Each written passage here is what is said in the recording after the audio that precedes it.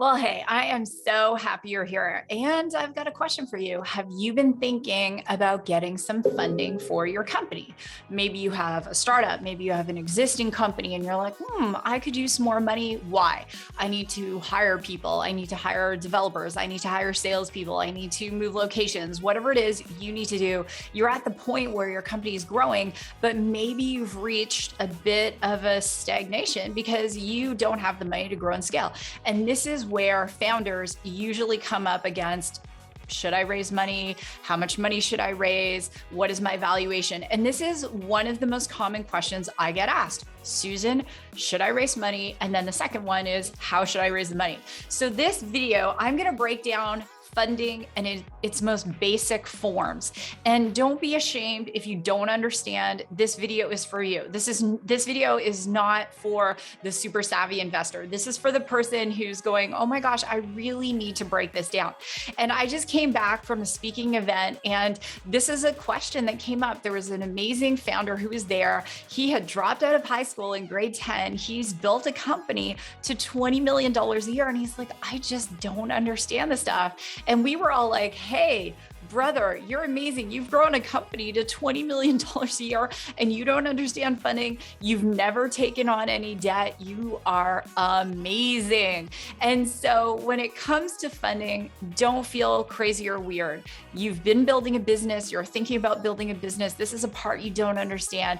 And I am here to come alongside you and to break this down. And if you need more tips like this and you want to surround yourself with a community of people who are newer to business or trying to navigate it all, then the Raw and Real Entrepreneurship community is for you. Make sure you subscribe to this channel and get the notifications, because I put out 2 videos every week. One is an interview with a founder. It could be a single dad, like my friend Blake York, who was going to school, went through a divorce, and started a business while he was working full-time, not even sleeping. Now he's super successful. Or it could be with a more seasoned founder. I have had Dave Asprey on the show, who's got 6 successful companies. He founded Bulletproof Coffee. So all types of founders just for you, so you can get ideas and no one holds back. That's the beauty of it. And then on Wednesdays, I'm here to give you short tips like this one to break things down. And by all means, you're welcome to ask me questions. Go on over to susansly.com, submit a question. I would love to answer your question in a video format. So here we go. Let's talk about funding.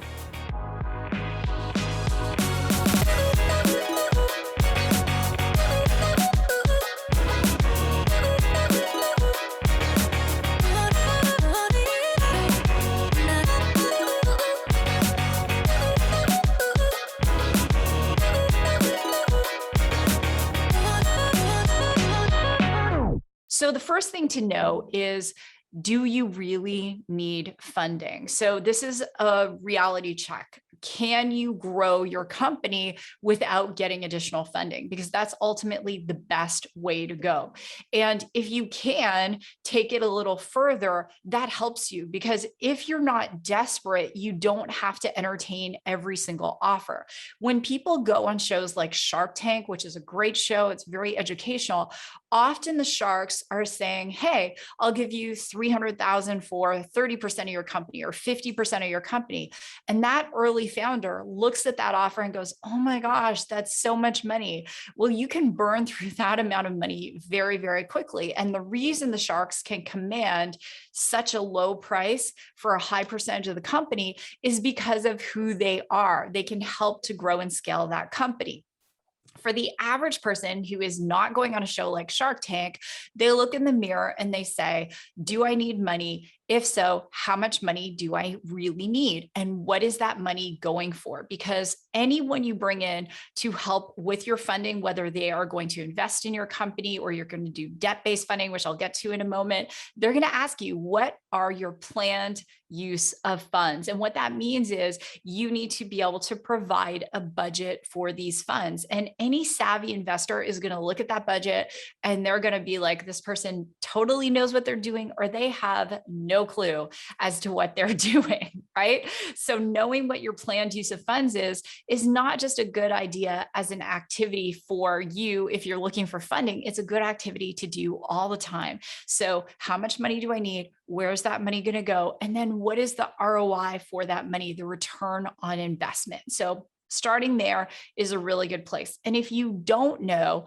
again, don't hesitate to reach out, ask a question. I do monthly live coaching where I answer your questions like this, or I'm happy to make a video for you, and it can even be anonymous. I don't have to use your name. So with that, let's say you say, you know what, Susan, I really could use some funding and my business would grow and scale if I had another 500,000, $1 million, 2.5 million, or whatever the number is. And I have a friend right now who's doing a startup, and this is the conversation we're having. How much money does he really need to grow and scale that business? And where is he going to get that money from? So let me walk you through the different types of funding. The first type of funding is bootstrap funding. So what that term bootstrap means is that you are going to provide the funding for your company. So it's almost like you're loaning this new company money. And so when you hear about people who've bootstrapped, and I know founders who bootstrap their companies, a very famous founder is Sarah Blakely. I had her husband, Jesse Itzler, on my show.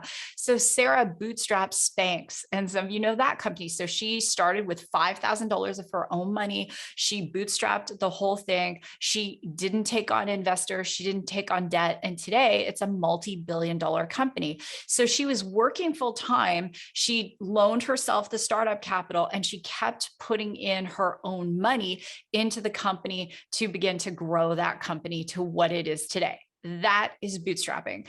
Bootstrapping is great if you fall into the following categories. Number one, you have a good steady income right now. Or number two, you have some money in the bank that you can physically use to start a company. If you are in any kind of debt, I highly recommend you don't start a company until you pay off the debt, because anytime you owe money to anyone, that person or that institution owns you. And you may be like, but Susan, I want to start my business right now, and I could just put it on my credit card. Don't do it. Don't do it. Don't do it. Work hard, save the money. See if you can even begin to generate some revenue by proving your concept in a small way before you go and take a bunch of money. And I also recommend never, ever, ever cash out your retirement savings to start a business. This has to be money that you can literally just put into the business, almost like throwaway money. Of course, you're starting believing that, oh my gosh, my business is going to be successful, and I really want it to be. But just like the divorce rate is 50% for all marriages, the startup failure rate is over 50% by year number 5. So can you afford to part with that money? That's the question. And so bootstrapping is an ideal way to go. But if you have a really great concept and you are beyond the bootstrap phase, the next type of funding you might look for is a form of equity-based funding. So equity-based funding, I want you to imagine your company is a pie, and you are willing to sell pieces of that pie in exchange for money, right? The question is, how big of the pie are you going to sell? So someone who goes on Shark Tank, and let's say they decide that that company, I'm just going to use even numbers, is worth $900,000, and the shark says, I'll give you 300,000 for 30%. They're essentially taking a third of their pie and giving it to the shark in exchange for that $300,000. So in equity-based funding, you give away, in summary, a piece of your company for some money. Now, the question is, what are the different types of equity-based funding? So the first one is what is called a friends and family round. In this round, your friends and family, they might invest in your company for a percentage of your company. So at the company that I co-founded, Radius AI, that was our first round. It was a friends and family round. And we had friends, family who were investing because they believed in the team, they believed in the concept, and that's how we brought in our initial revenue. And we gave away a piece of the pie for that money. Right? So in equity-based funding, you are also responsible to those shareholders. And depending on the country you're in, you have different responsibilities, but you must communicate with them. You're now dealing with other people's money. You have to be very fiscally responsible. And it is a lot of pressure. Okay, so that's that form of funding. The next form of equity-based funding is similar. You're giving away a piece of your pie, but as opposed to just a few people, you are giving it to a lot of people, and that's crowd-based funding. So a friend of mine who is doing a startup, he is going to do a big crowdfund, and one of my favorite crowdfunding platforms is WeFunder. I just love them. I think they are doing it right. I invest in different startups on WeFunder myself, and it's fun. Now, in crowd-based funding, you have to meet some different criteria. So one, you're going to have a really good pitch deck.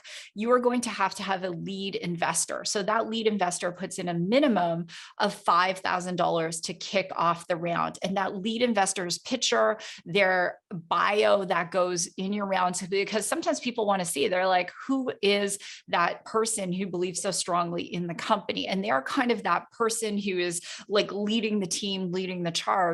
And then the other thing with crowd-based funding is that in certain crowd-based platforms, before they start promoting you to their audience of investors, and it could be thousands of investors, tens of thousands, hundreds of thousands, before they start doing that, you have to meet a certain minimum of fundraising. And sometimes it's around $50,000. So that's crowd-based funding. And then the third form of equity-based funding is a hybrid where you bring in some friends and family money, and then you also bring in some crowdfunding money. And the thing with the crowdfunding is recently those limits have been raised. And so you can raise millions of dollars in crowdfunding. And then the cool thing about crowdfunding is that your investors become ambassadors. So if you've got a product that is really exciting for, say, Gen Z, millennials, the later stage Gen X, that's my generation. So the younger Gen Xers, anyone who's on social media, they become ambassadors of what it is. And, they're TikToking it, they're tweeting it, they're Instagram storying it, they're doing all sorts of things to let the world know why they should invest in your company. Then we have debt-based funding, and that is where you get a loan from a bank or an individual or an institution. In debt-based funding, you're not giving away any percentage of your pie, which is really cool, but you are going to have to pay a premium for that money. And that premium might be 10%, it might be 12%, it might be 18%, it might be 20%. Sometimes it can go really high. And there is a season at which you have to be able to generate enough revenue to be able to pay back that debt. If you are going to do debt-based funding, I highly, highly recommend, again, you get your personal affairs in order so that you 100% are not in personal debt. Number two, that you are very fiscally responsible, because they could call your loans potentially, and then you could be forced to pay it back. And one of the things I suggest, if anyone does debt-based funding, that they claw back to the side and they put it in their budget 6 to 12 months of business expenses, so that if something happens and you have a down month, down quarter, hello, anyone hear about the pandemic that affected a lot of businesses, that you're able to pay back that loan.